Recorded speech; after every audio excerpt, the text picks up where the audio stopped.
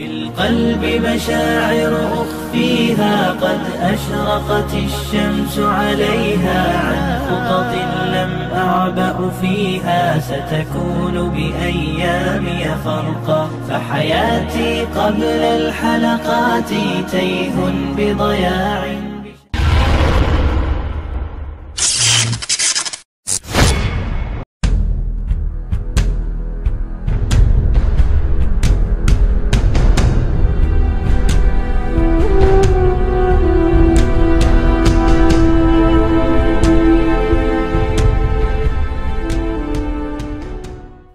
Assalamualaikum warahmatullahi wabarakatuh.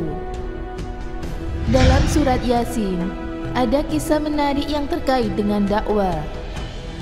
Dalam ayat 13 dan seterusnya, Allah Subhanahu wa taala memerintahkan Nabi Muhammad SAW untuk menceritakan kisah kepada kaum musyrikin Mekah yang mendustakan Nabi. Kisah ini adalah perilaku orang-orang yang menyikapi para dai atau utusan Allah.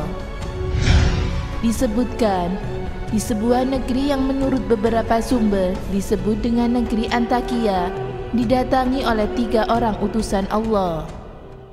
Masing-masing utusan tersebut bernama Sadik, Saduk, dan Salom. Dalam riwayat lain disebutkan utusan itu bernama Sam'un, Yohana, dan Balus atau Paulus. Mereka memperkenalkan diri kepada warga Antakia. Mereka merupakan para dai yang diutus oleh Nabi Isa alaihissalam untuk berdakwah kepada warga Antakia agar menyembah Allah dan tidak menyekutukannya. Warga Antakia saat itu dipimpin oleh raja yang bernama Atikos yang menyembah patung. Warga Antakia ternyata tidak merespon dakwah para dai tersebut. Mereka menolak, bahkan mengatakan para dai tersebut seperti layaknya warga Antakia. Mana mungkin para dai memperoleh wahyu dari Allah? Sekiranya dai-dai itu utusan Allah, niscaya mereka bukan manusia, melainkan malaikat. Mereka bahkan mengatakan keberadaan para dai itu menyelakakan kehidupannya sendiri. Mereka mengancam apabila dai-dai tersebut tidak menghentikan dakwanya, akan dilempari batu dan disiksa. Melihat perilaku warga Antakia yang tidak mau menerima ajakan dakwah para dai, kemudian datanglah seorang dari jauh yang bernama Habib An-Najjar. Ia berusaha menolong para dai dari ancaman penyiksaan dan pembunuhan.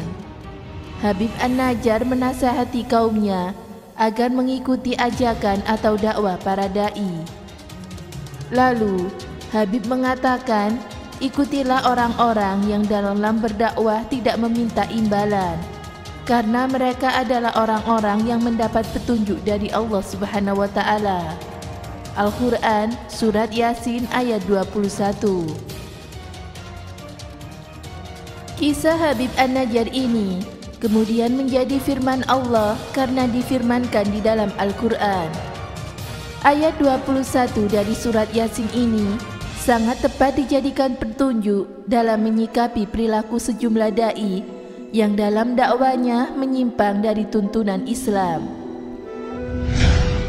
Menurut kajian ilmu usul fikih, teks Al-Quran seperti itu memiliki 2 pengertian atau dalalah, yaitu dalalah mantuk atau pengertian tekstual atau tersurat, dan dalalah mafhul atau pengertian kontekstual atau tersirat.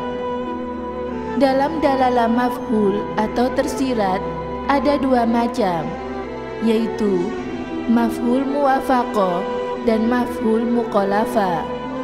Mafhul muwafaqah adalah pengertian tersirat yang sesuai dengan pengertian tersurat.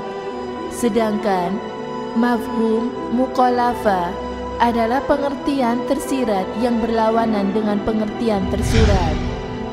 Menurut para ahli usul fikih, baik mantuk atau tersurat maupun mafhum tersirat adalah hujjah atau dalil dalam syariat Islam.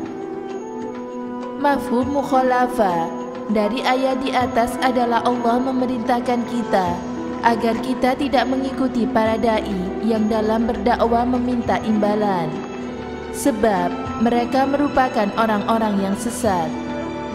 Apabila mengikuti dai yang dalam berdakwah meminta imbalan saja diharamkan oleh Allah melalui ayat di atas, apalagi menurut dai yang dalam berdakwah memasang tarif. Berdasarkan kaidah hukum Islam, apa yang haram diambil, haram juga diberikan. Maka, haram hukumnya memberikan imbalan kepada dai yang dalam dakwanya meminta imbalan. Apabila dalam dakwanya dai tidak meminta imbalan, menurut mayoritas ulama, kita boleh memberikan imbalan dan dai boleh menerimanya. Semoga Allah melindungi kita semua dari larangan-larangannya. Amin. Semoga bermanfaat. Wallahu a'lam bishawab.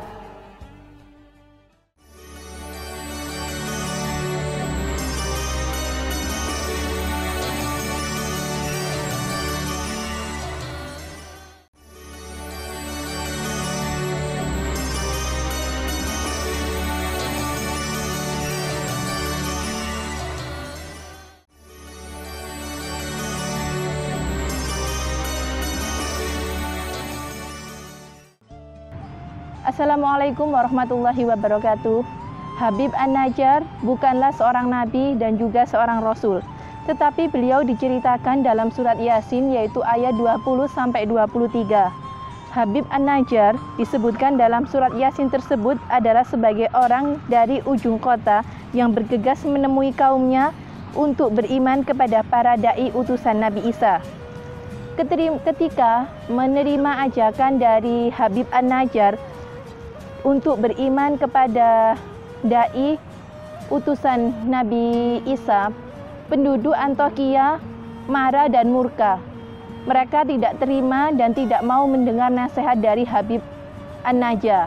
Akhirnya penduduk Antiokhia melempari Habib An-Najjar dengan batu hingga Habib An-Najjar syahid di tempat itu. Dan Allah memberikan kabar gembira kepada Habib An-Najjar bahwa Allah akan memberikan tempat yang paling mulia yaitu di surganya Allah Subhanahu wa taala. Disebutkan utusan dari Nabi Isa ada 3, yaitu dan sedangkan Habib An-Najjar membela utusan dari Nabi Isa tersebut hingga dia wafat. Dan 3 utusan Nabi Isa tersebut juga diancam oleh penduduk Antiokhia. Dari kisah ini